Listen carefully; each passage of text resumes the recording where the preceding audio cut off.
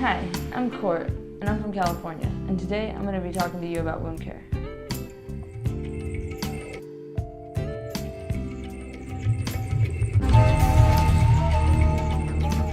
Underneath the skin of most human bodies is a mostly sterile environment, except for the exception of somewhere like a chamber of the large intestine that will have a lot of bacteria in it. Modern surgeries become possible because we developed a sterile technique. Physical, for example, ultraviolet rays, and chemical, for example, done today by iodine. Iodine is a first-aid antiseptic sold in all local stores. It's used by hospitals, doctors, and nurses. It helps prevent infection and kills germs in minor cuts, scrapes, and burns. In the human body, when an infection breaks out, the skin breaks, and bacteria have the opportunity to overpopulate the site.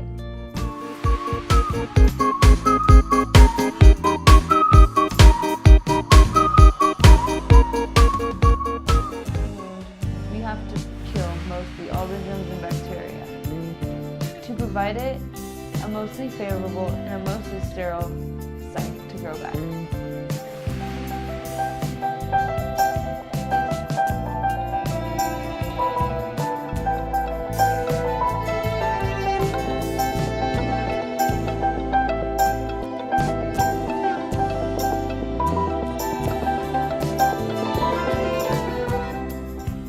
This is a healed wound. As you can see, there's a scab growing back. You want to provide a mostly sterile and a mostly favorable environment, like I did, for your skin to grow back. So we're gonna debride this wound. You want to get some normal tap, sink, or normal saline to rinse it off. So we got normal tap water here. You just want to kind of rinse it off, get it clean. If you see any debris or dirt, you want to clean it out with using a Q-tip. You can use water as well.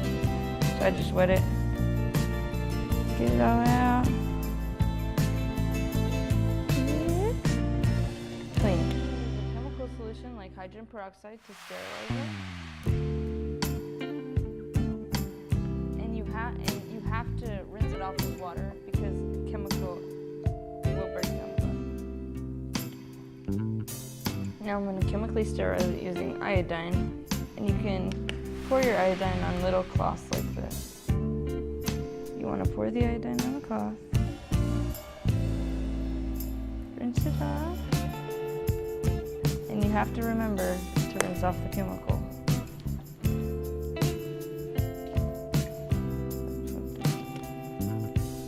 And you have to dry it too. And you want to make sure it's dry too, because wet. My wound isn't necessarily bad anymore, so I'm not going to do anything, but if yours is still bad, you might want to cover it with something like a Band-Aid or gauze and triple antibiotic ointment.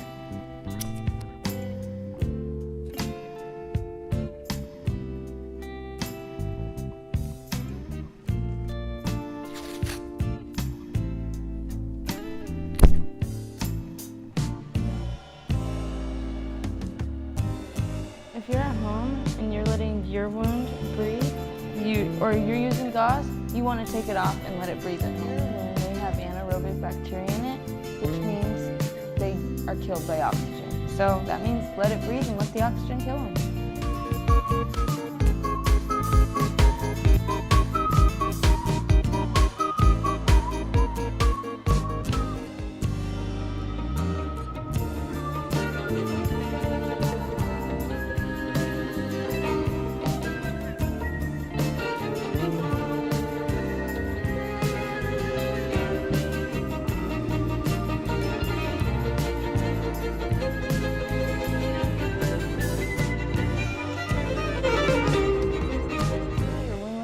Properly and they're still growing red, you need to contact the hospital and may need to take an oral antibiotic.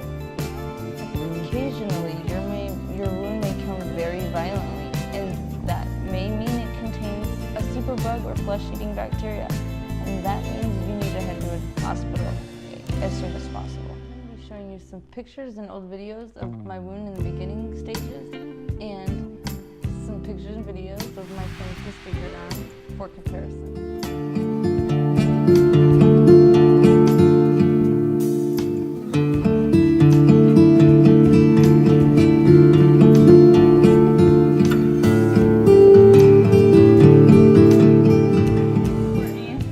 And about a month ago, I developed an infection that was about a 2-inch hole in my leg.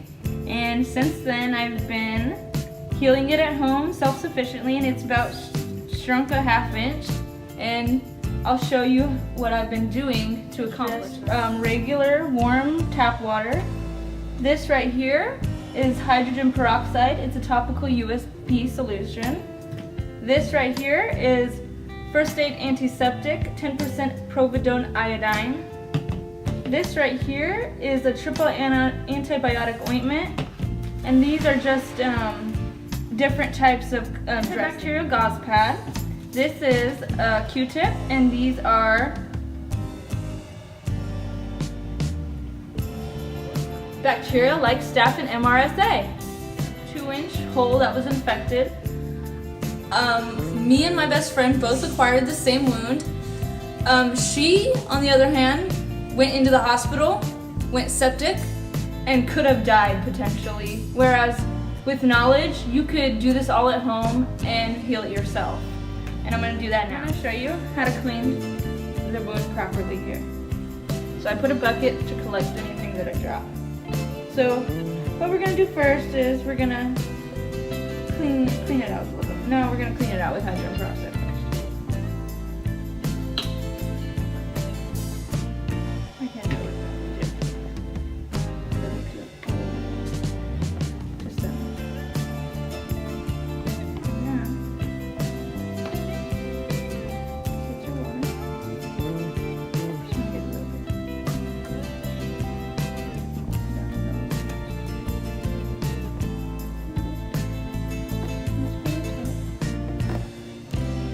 If you want, you could do another one, just to, you never know what might get it up in there, so just do it again.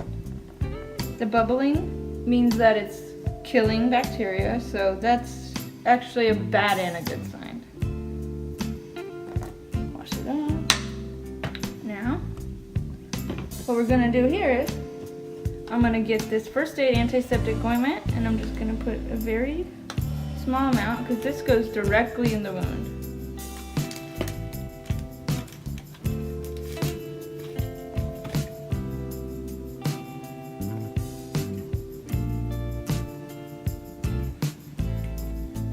Iodine's not bad on the skin. You can get it on there. Just wash it off later.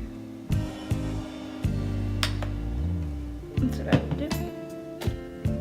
And then clean this off.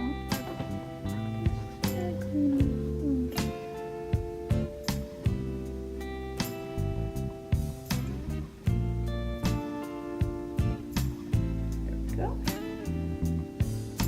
Clean it off. And now, this is the last step. This is if you're gonna go out of the house and have airborne bacteria entering your wound. You might wanna just cover it up, because we don't know what kind of airborne bacteria are out there. But in order to heal it, you're gonna need to let oxygen enter the wound, so you don't wanna cover it 24/7. That's bad.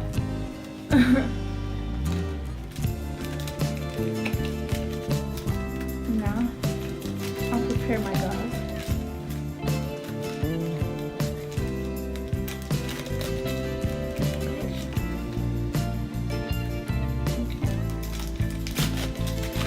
I prepare mine the same way every time.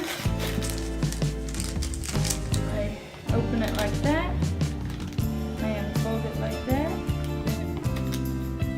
And then I do one line of the ointment across the tube. It'll stick like glue later. Remember that. So now you just want to slightly pack the goo in the thing, and then after this is on, you're gonna get medical tape. You're gonna grab your tape. I do it just about like that.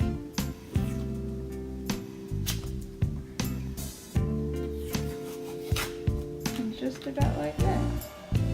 When you're at home, you want to kind of leave it uncovered, because there's anaerobic bacteria, and in order to kill those anaerobic bacteria, you're going to have to let oxygen enter your wound